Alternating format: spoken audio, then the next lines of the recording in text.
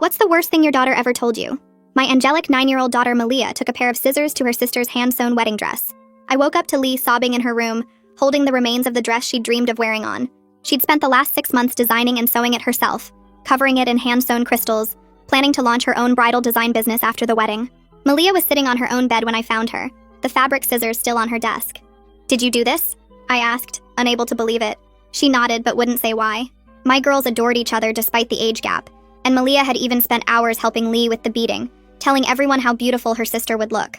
"I don't want her to get married," was all Malia would say, over and over. I spent the morning trying to salvage something for Lee, but the dress was destroyed beyond repair. Lee's fiancé Wade came by that afternoon with a replacement dress he'd somehow found, acting like a hero. But something felt off about how quickly he'd produced a wedding dress in the exact right size. That evening, while Lee got ready at the hotel with her bridesmaids, I sat with Malia trying to understand. "Are you sad about Lee moving out?" I asked gently. She shook her head. "Then why, sweetheart?" She looked at her hands and said quietly, "Wade is mean to Lee when you're not there." I asked what she meant, but she just said, "He makes her cry but tells her not to tell anyone." She was only 9, too young to explain properly, but something in her voice made me pay attention.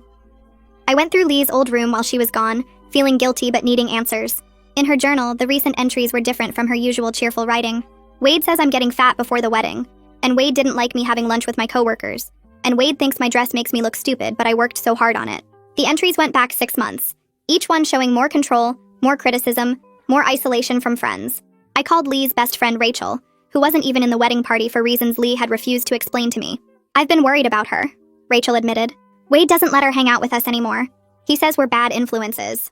She told me about seeing bruises on Lee's wrist last month, but Lee said she'd caught it in her car door. While searching for more information, I found Malia's iPad and saw she'd been recording videos on it. One from last week showed Wade in our kitchen while I was at work. He was telling Lee her dress looked like trash and threatening to humiliate her at the wedding if she wore it. Lee was crying but trying to stand up for herself. "I worked so hard on this," she said. "That's the problem," he replied. "You care more about that stupid dress than me." Malia had been recording from behind the door, and you could hear her little gasp when Wade grabbed Lee's arm.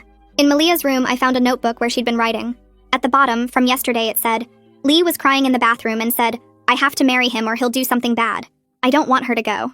I searched Wade's name online, and after scrolling through several pages of normal results, I found social media posts from his ex-girlfriend Valerie from 2 years ago. There were vague references to having to get a restraining order and posts about surviving an abusive relationship. One post said, "He isolated me from everyone who could help," with dozens of supportive comments. Another said, "Leaving him was the scariest thing I ever did," before her account went private.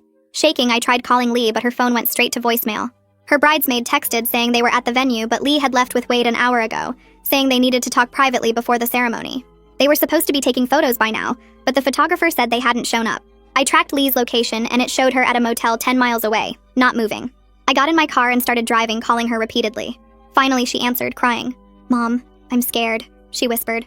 "He says if I don't go through with the wedding and leave with him tonight, he'll post the photos." I asked what photos, but she just cried harder. "He took pictures of me when we were being intimate. He's been blackmailing me for months. I need you," she said. Then the line went dead. I called 911 and gave them the motel address, driving faster than I'd ever driven. When I got there, Wade was already gone, and Lee was with the paramedics. She had bruises on her arms and kept apologizing through tears. "He's been threatening you and Malia for months. He said if I didn't marry him and move across the country, he'd hurt you and share the photos." Malia knew. That's why she ripped the dress. My heart broke, and I hugged her thinking now it would at least be over. However, Lee grabbed my hand and said something that made me shiver. "Wade showed me a picture of his ex-girlfriend Valerie's little brother tonight. He said he'd do the same to Malia if I tried to leave." My hands started shaking because neither of us had any idea where Wade went. All we knew was that Malia was currently home alone. I jumped in my car and started the engine before I even had my seatbelt on, my hands shaking so bad I could barely grip the steering wheel. I called Malia's cell phone while pulling out of the motel parking lot, and it just rang and rang and rang. I tried again, and it went to voicemail. My heart was beating so hard I thought I might throw up right there in the car. I called 911 and told the dispatcher my 9-year-old daughter was home alone, and my ex-boyfriend who just threatened to hurt her might be heading there right now. The dispatcher stayed calm and asked for my address, and I gave it to her while running a red light. She said she was sending a patrol car right now to do a welfare check and asked me to stay on the line. I kept trying to call Malia on my other phone, but she wasn't answering, and I couldn't stop thinking about that photo Wade showed Lee of Valerie's little brother. Wade had said he would do the same thing to Malia, and I didn't even know what that meant, but the look on Lee's face when she told me made it clear it was bad. The dispatcher asked how far away I was, and I said maybe 15 minutes if I kept speeding like this. She told me to drive safely, but I pressed the gas pedal harder anyway. She said the officer was 3 minutes from my house and would call me as soon as he got there. I drove through another red light and someone honked at me, but I didn't care. All I could think about was Malia sitting in her room alone with Wade, maybe already there or on his way. The dispatcher connected me to the responding officer, and I heard him say he was pulling up to my house right now. He said he could see lights on inside and the front door was locked. I heard him knock through the phone and call out that he was police and it was safe to open the door. There was silence for what felt like forever, and I was gripping my phone so hard my hand hurt. Then I heard Malia's small voice through the phone saying she was scared to open the door. The officer told her his name and badge number and asked her to look through the peephole so she could see his uniform. I heard the lock click and the officer said she was opening the door now. He told me Malia was safe inside and unharmed, just really scared. I asked to talk to her, but he said he wanted to do a full check of the house first to make sure everything was secure. He said someone had been walking around outside earlier based on what Malia told him, and he needed to check the yard and all the rooms. I was still 10 minutes away and my hands were shaking on the steering wheel. The officer said he would stay with Malia until I got there and not to worry. I thanked him about 5 times and he said it was no problem and he had kids too. I hung up with him and immediately called my neighbor Don Garner, who lived 3 houses down. Don answered right away and I said there was an emergency, and could he please go wait on my porch until I got home. I told him Malia was safe inside with police, but I needed someone I trusted nearby. Don didn't ask any questions. He just said he would be there in 2 minutes and would keep watch. The relief of knowing Don would be there made it slightly easier to focus on driving without crashing into something. I kept checking my phone to see if Lee had called, but there was nothing. The hospital was probably still checking her over and she didn't know yet that Malia was okay. I ran another red light and turned onto my street going way too fast. I could see the patrol car in my driveway with its lights still flashing and Don standing on my porch looking worried. I parked crooked in the driveway and ran inside without even closing my car door. Malia was sitting on the couch wrapped in a blanket with the officer standing nearby. She jumped up when she saw me and ran over and hugged me so tight I could barely breathe. She was crying into my shirt and I just held her and told her she was safe now. The officer introduced himself as Officer Logan and said he had checked the whole house and yard. He found footprints in the flower bed under Malia's bedroom window, but no signs of forced entry or current danger. He said the footprints looked fresh, probably from within the last hour or 2. He gave me a report number and his card and said to call 911 immediately if anything else happened or if Wade showed up. I thanked him and he left, telling Don outside that he could head home now too. After the officer pulled away, I sat down on the couch with Malia and just let her cry until she was ready to talk. She told me she heard someone outside her window right around the time Lee and I left for the motel. She said she got scared and hid in her closet with her iPad like we practiced. When she heard my car leave the driveway, she got even more scared and locked herself in the bathroom. She stayed there until she heard the police knocking and calling out.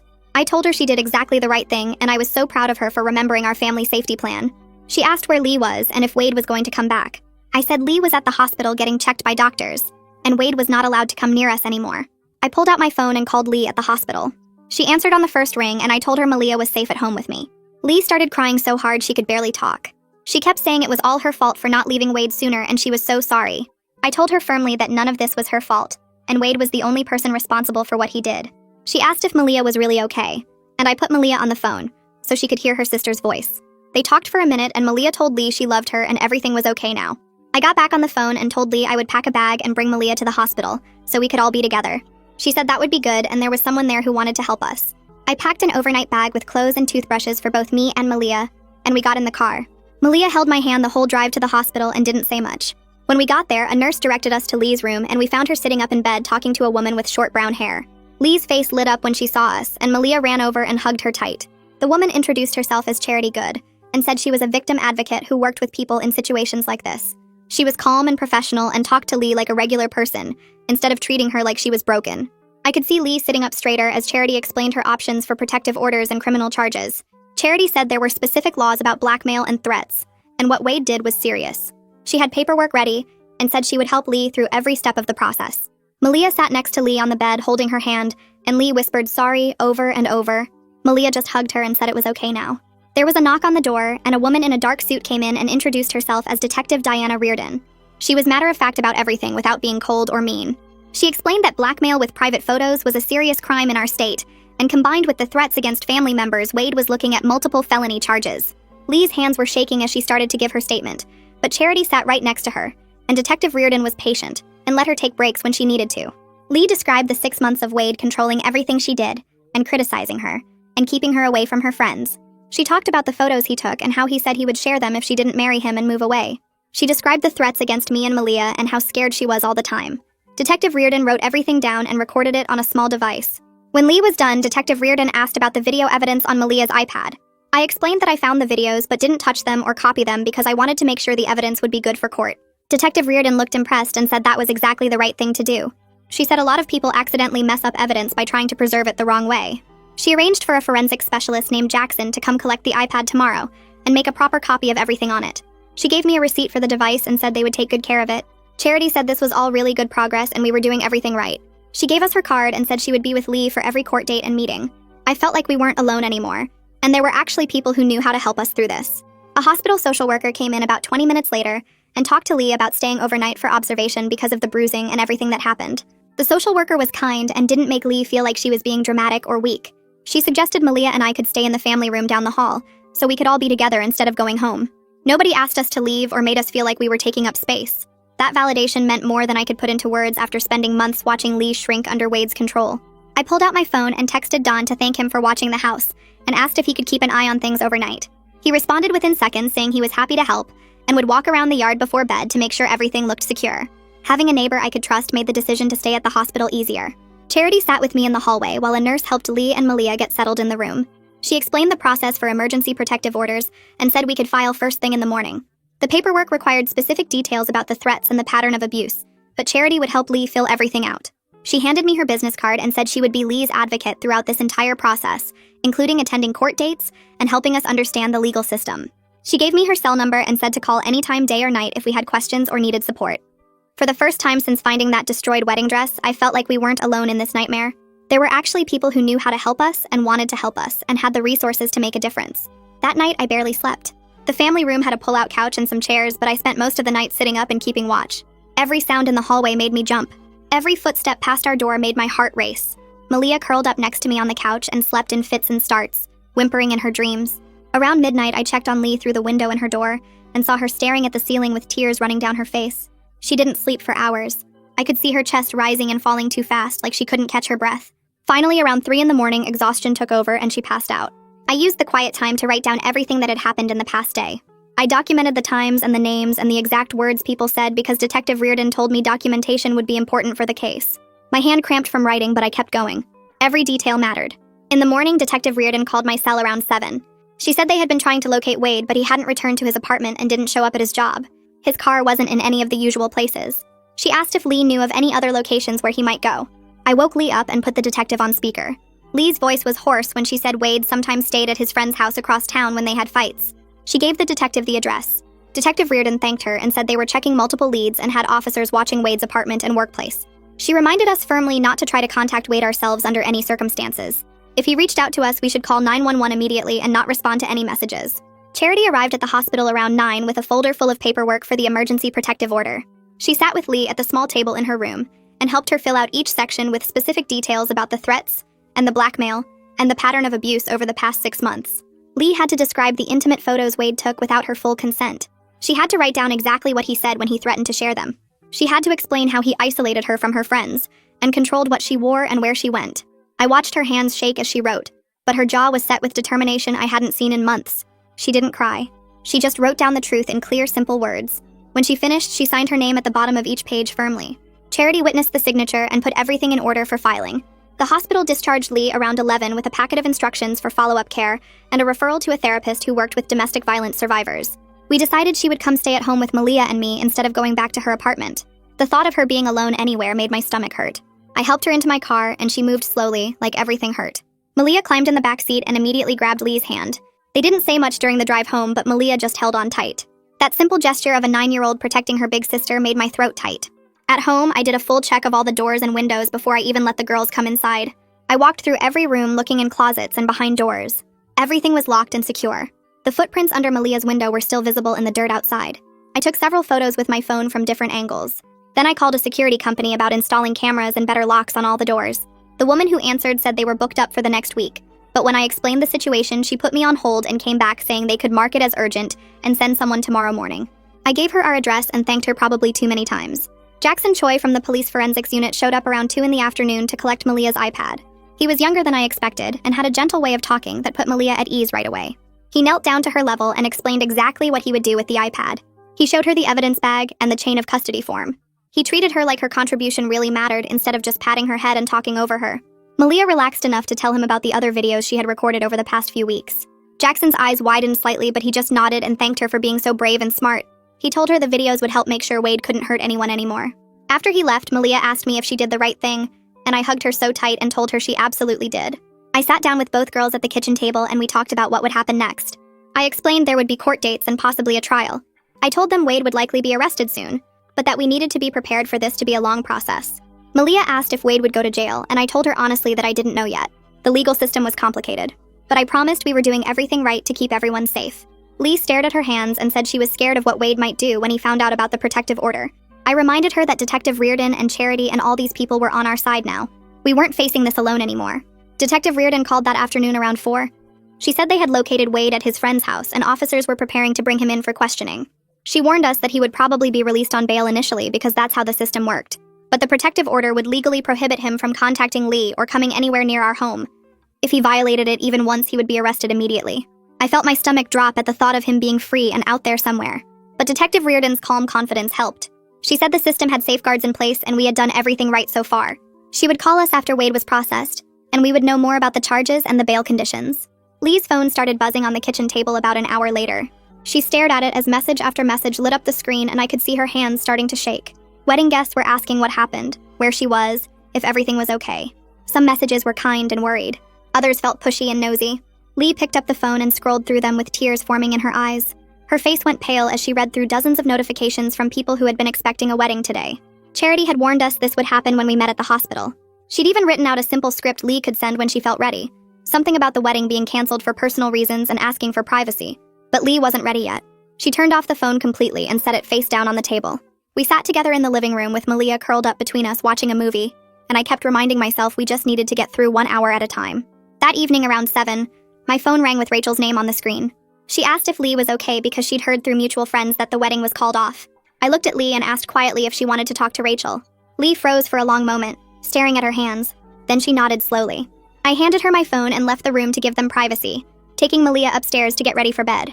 When I came back down 20 minutes later, Lee was still on the phone, but something had changed in her face.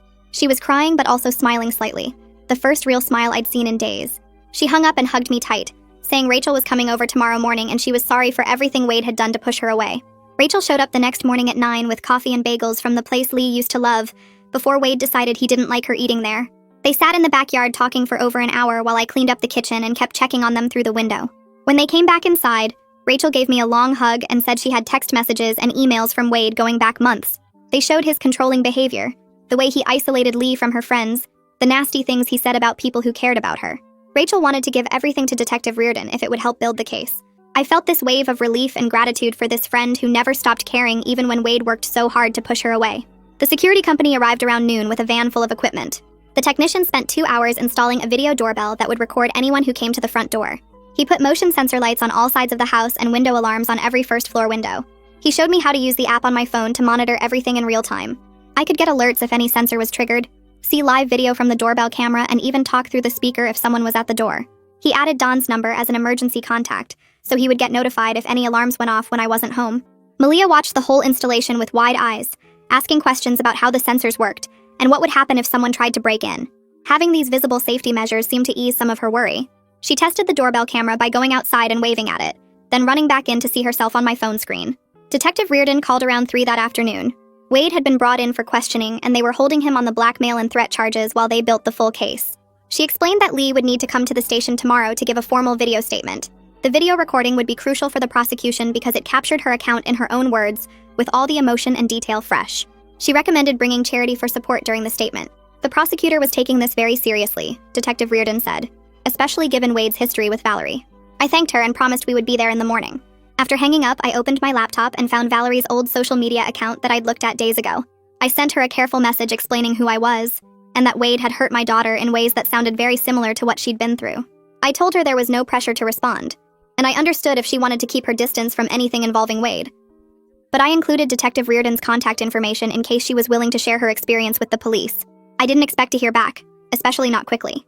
But Valerie responded within an hour saying she would talk to the detective, and she was so sorry this happened to another family. She said she'd been wondering if Wade would do this again to someone else, and she wanted to help however she could. That night, I lay awake in bed staring at the ceiling and thinking about all the signs I'd missed over the past 6 months. All those times Lee seemed stressed or distant, and I just assumed it was normal wedding planning pressure. The times she canceled plans with me to stay home with Wade, the way she stopped talking about her friends or her job or anything except wedding details. The guilt felt like it was crushing my chest and making it hard to breathe. But then I remembered what Charity had said at the hospital about abusers being skilled at hiding their behavior and isolating their victims. That's what they do, she'd explained. They make it look normal to everyone on the outside while they're breaking someone down in private.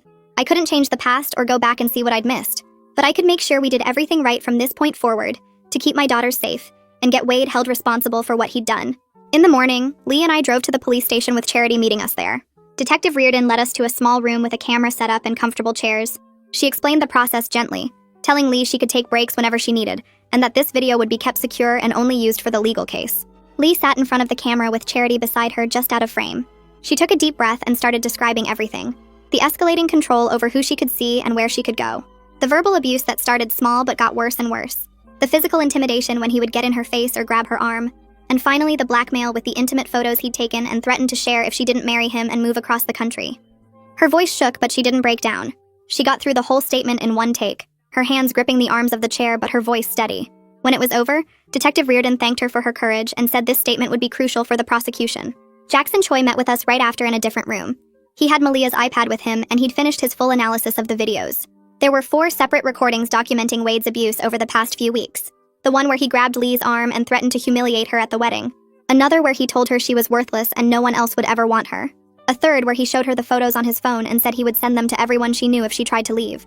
And a fourth from just 3 days ago, where he told her they were leaving the state right after the wedding, whether she liked it or not. Jackson had already provided copies to the prosecutor and Detective Reardon. He assured us the evidence was solid and would be admissible in court. Lee watched the videos with tears running down her face, seeing her own suffering from the outside for the first time. She kept saying she didn't realize how bad it looked, how scared she sounded, how much power he had over her. We drove home in silence with Lee staring out the window. That afternoon, a woman named Lisa Yoon called my phone. She introduced herself as the prosecutor assigned to Wade's case. She explained they were filing formal charges including extortion, harassment, assault, and violation of privacy laws related to the intimate photos. Wade's bail hearing was scheduled for tomorrow, and while he would likely be released with conditions, the protective order would be strictly enforced. They could require GPS monitoring if the judge agreed it was necessary given the threats against Malia. Lisa's voice was confident and thorough as she walked me through what would happen next. She asked detailed questions about the timeline and the evidence. She said she'd reviewed Jackson's forensic report and Lee's video statement, and she believed they had a very strong case. The way she talked made me feel like this was being taken seriously, that we weren't just another case file to her. She promised to call right after the bail hearing tomorrow to let us know the outcome and the specific conditions of Wade's release. Detective Reardon called the next morning before the bail hearing to tell us Valerie had given her statement the night before. She'd talked for over an hour about Wade's pattern of control, how he isolated her from friends and family, how he threatened her younger brother when she tried to leave.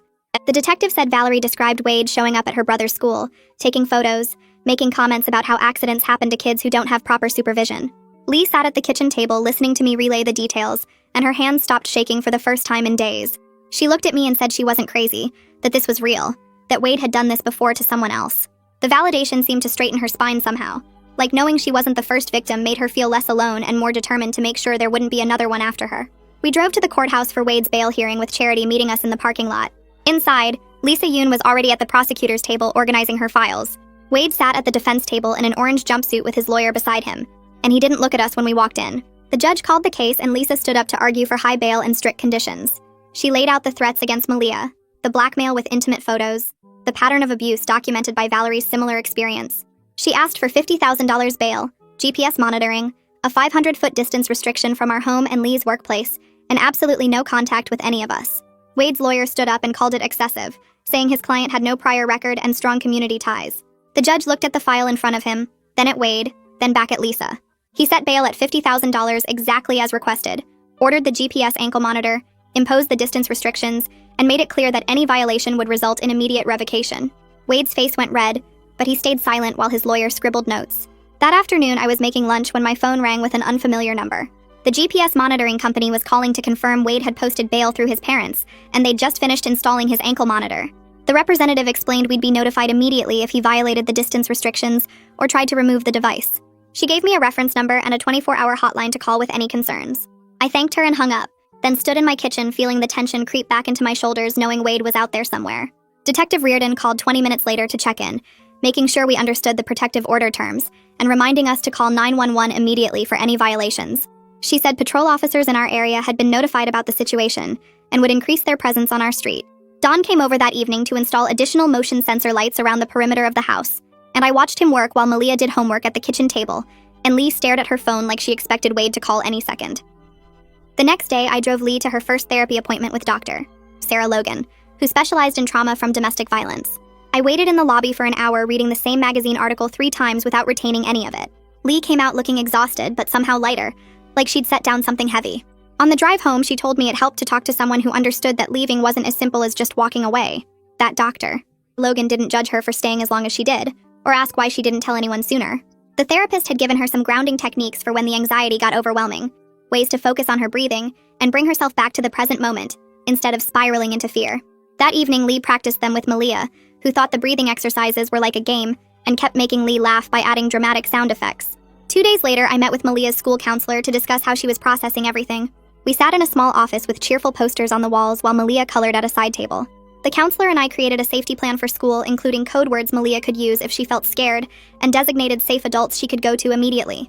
Malia admitted she'd been having nightmares about Wade coming to take Lee away, and the counselor gave her some age-appropriate ways to manage those fears, including a special stuffed animal to keep on her bed, and a journal where she could draw her feelings instead of keeping them inside.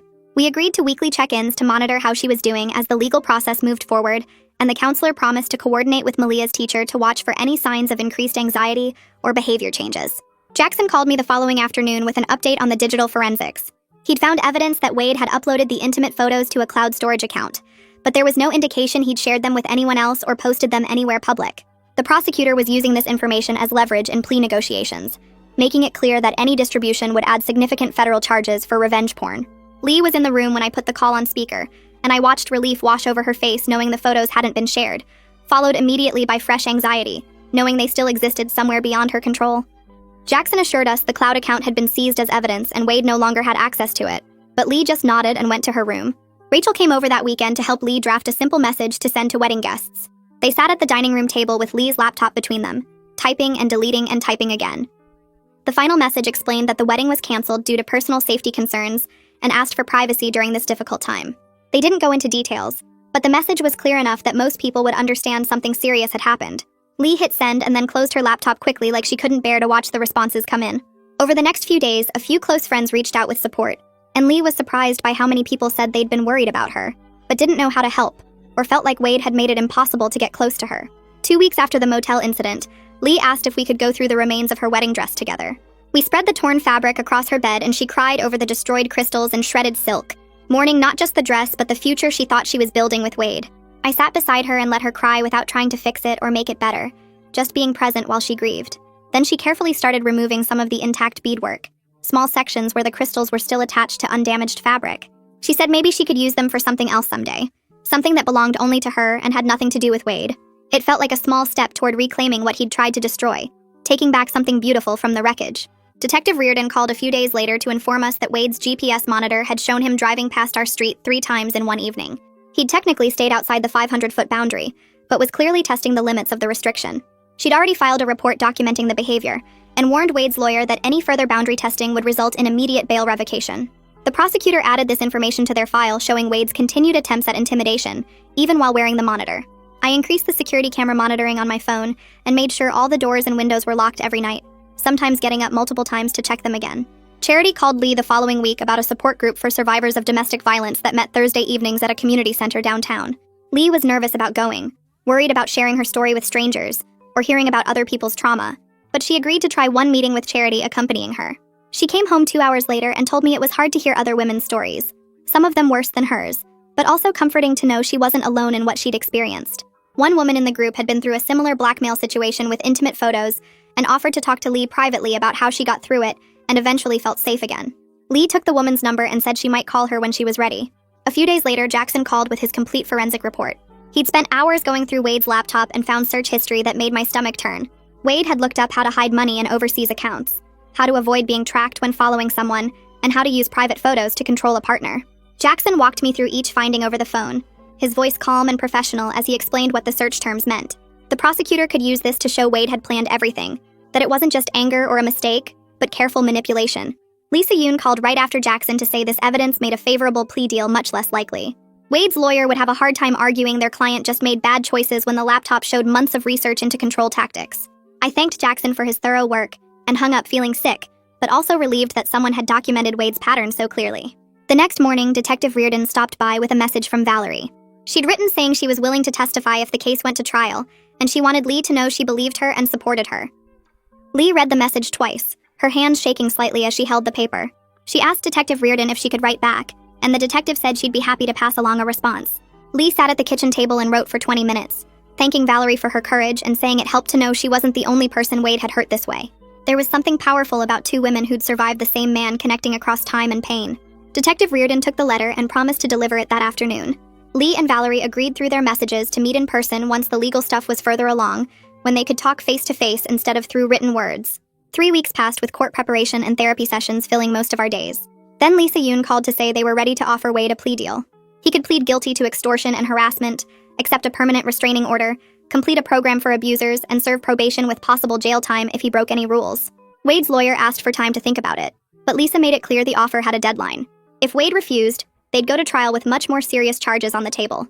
She explained this to me first, then asked if Lee was ready to hear the details. I put the phone on speaker, so Lee could listen as Lisa outlined each term of the deal. The restraining order would be permanent, meaning Wade could never contact Lee again for any reason. The program would last 6 months and require him to attend weekly sessions about abuse and control. Probation would be 5 years with regular check-ins and drug testing. Lisa said the alternative was trial, which could result in actual prison time, but would also mean months more of stress and uncertainty. Lee spent the next 2 days thinking about what she wanted. Part of her wanted Wade to face the worst possible punishment, to go to prison and lose years of his life the way he'd tried to take hers. But another part just wanted it over, so she could move forward without him hanging over everything. She had a session with Sarah Logan where they talked through both options. Sarah reminded her there was no wrong choice, that whatever she decided was valid and right for her situation. Lee came home from that appointment looking tired but more settled. Charity stopped by that evening and explained the realistic outcomes of both choices. A plea deal meant certainty and closure within weeks. A trial meant months of preparation, testifying in front of Wade, being cross-examined by his lawyer, and no guarantee of a better outcome. Lee listened carefully and asked questions about what each path would actually look like day to day. A week later, Lisa Yoon called with news that Wade had rejected the plea deal. His lawyer apparently thought they could win at trial or get a better offer if they waited. Lisa's voice was firm as she told us this meant preparing for trial, which could take several months to get on the court calendar. She said she was confident in the strength of the evidence between Jackson's forensic report, the videos from Malia's iPad, and Valerie's willingness to testify. Lee took a deep breath when I told her and said she was ready to testify if that's what it took. I looked at my daughter sitting across from me at the kitchen table, her jaw set with determination, and felt amazed by her courage, even as I wished she didn't have to be this strong. She'd been through so much already, and now had to face months more of legal proceedings, and eventually sitting in a courtroom with Wade present. That same week, Lee decided she needed to look for a new job. Wade knew where she worked, and even though he had the GPS monitor, she didn't feel safe there anymore. Rachel came over that Saturday, and they spent hours updating Lee's resume and practicing interview questions. Rachel had experience with hiring at her company and knew what employers looked for. They worked on how Lee could explain leaving her current job without going into details about Wade. Within 2 weeks, Lee had 3 interviews lined up. One was with a small boutique downtown that specialized in custom alterations and occasional original pieces. Lee's face lit up when she talked about that interview in a way I hadn't seen in months. The owner had looked at photos of the wedding dress Lee had made and been impressed by the detailed beadwork and construction. The boutique called back 3 days later offering Lee the position. Her new boss was a woman named Jenny, who'd run the shop for 15 years and understood when Lee explained she'd need flexibility for court dates during an ongoing legal case. Jenny didn't ask for details and just said they'd work around whatever Lee needed. Lee started the following Monday and came home that first day with fabric samples and stories about the projects she'd be working on. I watched her spread silk and lace across the dining room table, showing Malia different types of stitching and how to match thread colors to fabric. Their laughter filled the house as Malia tried her first attempts at straight seams on scrap material. It was the best sound I'd heard in weeks. Just my daughters enjoying something creative together without fear or tension weighing on them. 2 weeks into Lee's new job, Detective Reardon called with urgent news. Wade had violated his GPS monitoring by removing the ankle bracelet for several hours before putting it back on. The monitoring company had alerted the court immediately when the signal went dead. Wade's lawyer tried to claim it was a technical malfunction, but the bracelet showed clear signs of being cut and then reattached. This was a direct violation of his bail conditions. Lisa Yoon filed a motion to revoke bail that same day, and the judge held a hearing the next morning. I went with Lee to the courthouse and we sat in the gallery while the judge reviewed the evidence. Wade's lawyer argued his client had made a mistake and wouldn't do it again, but the judge wasn't interested in excuses. She revoked bail immediately and ordered Wade taken into custody until trial. He'd remain in jail now, unable to hurt anyone or test boundaries or drive past our street. The relief I felt was so strong it almost knocked me over. Wade was finally somewhere he couldn't watch or wait or plan. With Wade locked up, the constant tension in our house started to ease. Malia slept through the night without nightmares for the first time in weeks. I'd hear her breathing deeply in her room when I checked on her before bed, her face peaceful instead of pinched with worry. Lee stopped checking over her shoulder every time we left the house or jumped at unexpected sounds. We were all still processing everything that had happened, still going to therapy and support groups and dealing with the upcoming trial. But there was space now to breathe and begin actual healing instead of just surviving day to day. We started having normal dinners again where we talked about work and school instead of court dates and protective orders. Malia brought home a good grade on a math test, and we celebrated with ice cream. Lee showed me a dress she was working on at the boutique with hundreds of tiny pearls sewn by hand. A week after Wade's bail was revoked, Jackson called with his final report about the photos. He'd traced every action Wade had taken with the images, and confirmed that while Wade had uploaded them to cloud storage, he'd never shared them with anyone or posted them anywhere public. The files had just sat in his account as leverage, a threat he held over Lee but never actually carried out. Lisa Yoon planned to use this information when pressuring Wade's lawyer.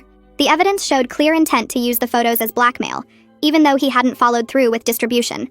Lee cried when I told her, relief and leftover fear mixing together. She knew the photos still existed somewhere in a police evidence file, that they'd be part of the court record even if Wade hadn't shared them. But knowing he hadn't sent them to anyone or posted them online lifted a weight she'd been carrying for months. She called Valerie that evening and they talked for over an hour about their experiences and how they were both moving forward despite what Wade had done to them. 2 months passed with Wade locked up, and we built routines that started to feel almost normal again. Lee left for the boutique each morning with her lunch packed, coming home with stories about brides who cried when they saw their altered dresses, and difficult mothers who wanted everything changed at the last minute. She worked with silk and lace and delicate beading, her hands steady and sure as she created beautiful things for other people's happy days. Malia sat at the kitchen table after school doing math homework and spelling tests, talking about her friends and the science project on volcanoes she was building with her partner. I went back to my job with my boss's understanding that court dates might pull me away sometimes, and I fell into the rhythm of meetings and deadlines and normal workplace problems that felt manageable compared to what we'd survived. We weren't the same people we were before Wade, but we were finding our way forward one day at a time. Lisa Yoon called on a Tuesday evening to say the trial date was set for 6 weeks out, and she wanted to meet with Lee to prepare her testimony. They sat together in Lisa's office the following week, going through the direct examination questions, and then practicing the cross-examination, where Lisa pretended to be Wade's defense attorney, asking difficult questions designed to shake Lee's story. Lee's hands trembled when Lisa pushed her on timeline details and asked why she didn't leave sooner, but she answered each question clearly and honestly. After 2 hours of practice, Lee told me the preparation was hard but valuable, that knowing what to expect made the actual trial feel less scary. Lisa explained that Charity would sit in the courtroom gallery where Lee could see her, and I would be there too, along with Rachel and anyone else who wanted to show support. The preparation gave Lee a sense of control she hadn't felt in months, like she was taking back her own story instead of letting Wade's lawyer twist it into something else. A week later, Valerie reached out to Lee directly for the first time, asking if they could meet for coffee. Charity came along as a buffer, sitting at a nearby table while Lee and Valerie talked for over 2 hours about their experiences with Wade. They found painful similarities in how he'd isolated them from friends, criticized their appearance, and used threats to keep them trapped. But they also discovered their own unique strengths, the different ways they'd survived and eventually escaped. Valerie described the restraining order process, and how terrified she'd been to testify against Wade, but also how empowering it felt to speak the truth in court, where he couldn't interrupt or intimidate her. She promised to be there in the courtroom when Lee testified, a friendly face in the gallery to remind her she wasn't alone. They exchanged phone numbers before leaving, agreeing to stay in touch after the trial ended, their connection built on shared trauma, but growing into something more like real friendship. Malia worked with her school counselor to write a letter to the judge explaining why she'd cut up Lee's dress, putting her 9-year-old feelings into simple, honest words. She described hearing Wade make Lee cry through the bathroom door and being scared that her sister would marry someone mean and move far away. The letter talked about wanting to protect Lee even though she was just a kid, about knowing something was wrong even when the adults didn't see it yet. Lisa Yoon read the letter and said it provided important context about Wade's impact on the whole family, showing how his abuse rippled out to hurt everyone who loved Lee. Malia felt proud that she could help with the case, that her protective instinct was recognized as valid and brave instead of punished as destructive. The school counselor made a copy for Malia to keep, and she put it in her special box of important things alongside photos and awards and treasured notes from Lee. 3 weeks before the trial, Wade's lawyer contacted Lisa Yoon with a new plea offer that changed everything. Wade was willing to plead guilty to all charges including extortion, harassment, assault, and violating the protective order in exchange for a recommendation of probation instead of jail time, plus a permanent restraining order and mandatory completion of a batterer's intervention program. Lisa met with Lee to present the offer, making it very clear that the decision was entirely Lee's, and there was no wrong answer either way. Lee asked for 2 days to think about it, and she spent that time talking to Dr. Logan about what she needed for closure, to Charity about the realistic outcomes of trial versus plea deal, to Valerie about her own experience with the court system, and to me about her fears and hopes for the future. She made lists of pros and cons, she cried, she got angry, and she slowly worked her way toward a decision that felt right for her specific situation and healing journey. On the second evening, Lee came to find me in the kitchen and told me she'd decided to accept the plea deal. She explained that she didn't need Wade to go to jail to know that what he did was wrong and criminal and his fault, not hers. The permanent restraining order and mandatory counseling felt like enough protection, and avoiding trial meant she wouldn't have to be cross-examined by Wade's lawyer about the most painful and private parts of her experience. She was ready to move forward with her life instead of spending months more focused on Wade and the trial and reliving the trauma over and over. I hugged her tight and told her I was proud of her for choosing what was right for her, rather than what anyone else thought she should do, and I called Lisa Yoon to let her know Lee's decision. Lisa said she'd inform Wade's lawyer and schedule the plea hearing, and she reminded us that Lee could still read a victim impact statement at sentencing, even though there wouldn't be a trial. 2 weeks later, we sat in the courthouse gallery while Wade stood before the judge at the defense table. His voice was flat and emotionless as he admitted to extorting Lee with intimate photos, harassing her and her family with threats and surveillance, and violating the protective order multiple times by driving past our house and removing his ankle monitor. The judge asked him specific questions about each charge, making sure he understood what he was pleading guilty to, and that he was doing so voluntarily. Wade answered yes to every question, his eyes fixed on the floor, never once looking toward where Lee sat holding Rachel's hand.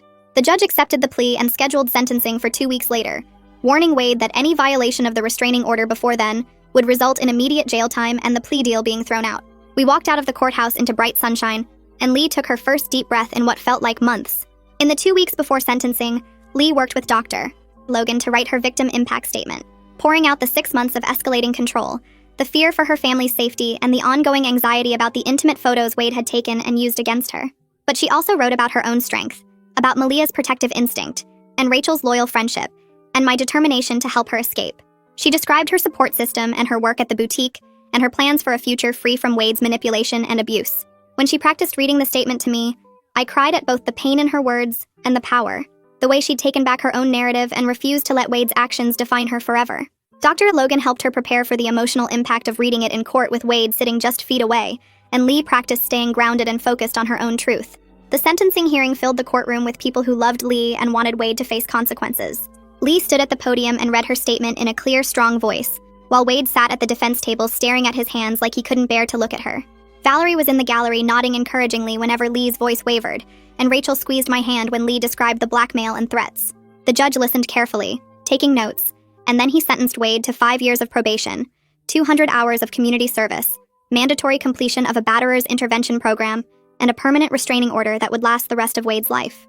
He also ordered Wade to pay for all of Lee's therapy costs, and to have absolutely no contact with her, me, or Malia ever again, warning that any violation would result in 3 years in prison.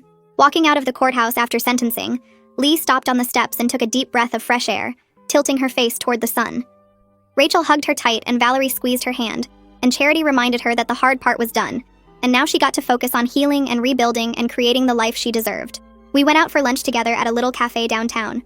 All of us crowded around a table, and for the first time in months, we laughed about something silly that had nothing to do with Wade or court dates or fear. The conversation flowed naturally between work stories and weekend plans, and a funny video Malia wanted to show everyone on her phone, and it felt like maybe we were finally moving past survival mode into something that looked like actual living. A week after the sentencing, Lee pulled out her sketchbook and started drawing dress designs again for the first time since everything happened. She wasn't designing wedding dresses or anything for clients, just playing with ideas that made her happy. I watched her at the kitchen table one evening, pencil moving across the page, creating something with flowing lines and delicate details that looked nothing like the dress Wade had criticized. She went to her old room and came back with a small box containing the beadwork she'd salvaged from the destroyed wedding dress, crystals she'd spent hours attaching by hand before Malia cut it apart. She held them up to the light and studied how they caught the glow from the kitchen fixture. Then she started sketching a new pattern, something that would use these same crystals, but in a design that belonged only to her, not tied to any wedding or any man's approval. The dress she designed had an asymmetrical neckline and a flowing skirt with beading that spiraled down one side like water. She worked on it most evenings after dinner, sitting at the table with her fabric and thread while Malia did homework beside her. They didn't talk much during these sessions, just sat together in comfortable quiet, Malia occasionally looking up to watch her sister's hands move. I made tea and brought them snacks and felt something settle in my chest watching them heal together like this. Lee would hold up a piece of beading for Malia to see, and Malia would nod seriously like she was judging fine art. The dress took shape slowly over several weeks, and I could see Lee's confidence returning with each stitch, each crystal she attached exactly where she wanted it. Malia slept through the night without waking up scared for the first time about 3 weeks after sentencing. I checked on her in the morning expecting to find her tired and anxious, but instead she was already awake and reading a book in bed, looking peaceful. Her school counselor called me that afternoon to say Malia was doing really well in their weekly sessions, showing what she called remarkable strength for a 9-year-old who went through something so frightening. We decided to keep the weekly check-ins going anyway, because Malia seemed to like having that space to talk about whatever was on her mind. One evening while we were making dinner together, Malia said out of nowhere that she was glad she ripped Lee's dress. I stopped chopping vegetables and looked at her, and she explained that if she hadn't done it, Lee would have married Wade and moved away, and maybe gotten hurt worse. I knelt down next to her and told her she was incredibly brave and smart, that she protected her sister when it mattered most. She asked if I was mad about the dress, and I said no. That dress was just fabric and thread, but Lee was family, and family was more important than anything. Malia hugged me tight and then went back to stirring the pasta sauce like the conversation hadn't been a big deal, but I could see her shoulders were more relaxed than they'd been in months. 3 months after the sentencing, Lee came home from the boutique with news that made her voice shake with excitement. Her boss had seen the dress she was making for herself and asked if she'd be interested in designing a small collection of custom pieces for the shop. Lee was nervous about it, worried she wasn't ready or good enough, but I could see the spark in her eyes that had been missing for so long. She threw herself into the work with energy I hadn't seen since before she met Wade. She designed 6 pieces for her first collection, all evening wear with detailed beading that showed off her skills. She worked late into the nights, sometimes falling asleep at the kitchen table with fabric in her hands. Rachel came over to help with some of the simpler stitching, and they laughed together over coffee while they worked. When the pieces were finished and ready to display, the boutique owner put them in the front window with a small sign that said, "Designed by Lee." We went to see them on a Saturday morning, the 3 of us standing on the sidewalk looking at the window display. Lee stood between Rachel and me with the biggest smile on her face, practically glowing with pride at what she'd created. People walking by stopped to look at the dresses, and one woman even came into the shop to ask about prices while we were standing there. Lee squeezed my hand so hard it hurt, but I didn't care because I was just happy to see her happy again. Valerie and Lee started meeting for coffee every couple of weeks, their friendship growing into something beyond just shared trauma. They talked about work and hobbies and the books they were reading, building a relationship based on who they were now instead of just what Wade had done to them. Lee came home from these coffee dates looking lighter, more like herself. Valerie told her about the healthy relationship she was in now, how different it felt to be with someone who respected her boundaries and supported her goals. She said it was possible to trust again, that not everyone would hurt her the way Wade did. Lee wasn't ready to think about dating yet, but she listened carefully and asked questions about what healthy relationships actually looked like. She told me after one coffee date that talking to Valerie made her realize she deserved better than what Wade gave her, that his treatment wasn't normal or acceptable. Valerie had been through therapy and healing for 2 years since leaving Wade, and she shared what worked for her without pushing Lee to move faster than she was ready. They made plans to go to a craft fair together next month, just 2 friends enjoying a normal activity that had nothing to do with court dates or protective orders. 6 months after everything started, we planned a small celebration at home to mark Lee's first collection selling out completely at the boutique. Rachel showed up with a bottle of champagne and a card signed by all of Lee's coworkers. Don came over from next door with a huge bouquet of flowers and a proud smile. Even Charity and Detective Reardon stopped by for a little while, bringing cupcakes from a bakery downtown. We crowded into the living room, all of us talking and laughing, and it felt amazing to celebrate something happy, instead of just surviving something terrible. Malia insisted on making a toast even though she was only drinking apple juice. She stood on the coffee table and raised her cup and said she was proud of her sister for being so brave and making such beautiful dresses. Lee started crying happy tears and pulled Malia into a hug so tight I thought she might never let go. Lee said she couldn't have done any of this without her little protector, and Malia beamed like she'd won an award. We ate too much food and stayed up too late, and nobody talked about Wade or trials or anything scary. It was just people who cared about each other celebrating how far we'd all come. A week after the celebration, a bride came into the boutique asking specifically for Lee. She'd seen the evening wear collection in the window and wanted to know if Lee could design a custom wedding dress. Lee told me about it that night, and I could see her hesitate, see the old fear come back for just a second. But then she took a deep breath and said yes, she could do it. She met with the bride several times to talk about what she wanted, and Lee designed something beautiful with hand-sewn crystals and delicate beading that took weeks to complete.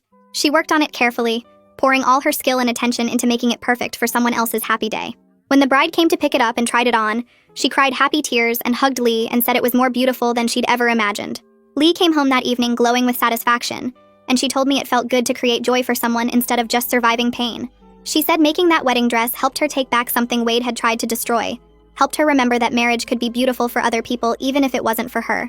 We started building new family traditions that had nothing to do with Wade or the trial or any of the darkness we'd been through. Friday nights became movie nights where Malia got to pick the film, and we made popcorn on the stove the old-fashioned way. Sunday mornings, Lee taught Malia more advanced sewing techniques, while I made pancakes, and the kitchen filled with the smell of butter and maple syrup and the sound of their laughter. We took a weekend trip to the beach in late summer and built elaborate sandcastles with moats and towers. Malia and Lee swam in the ocean while I watched from the shore, and nobody mentioned protective orders or court dates or being scared. We were just a family enjoying being together, doing normal things that normal families do. We collected shells and ate ice cream and got sunburned and slept well in the hotel room with the windows open to hear the waves.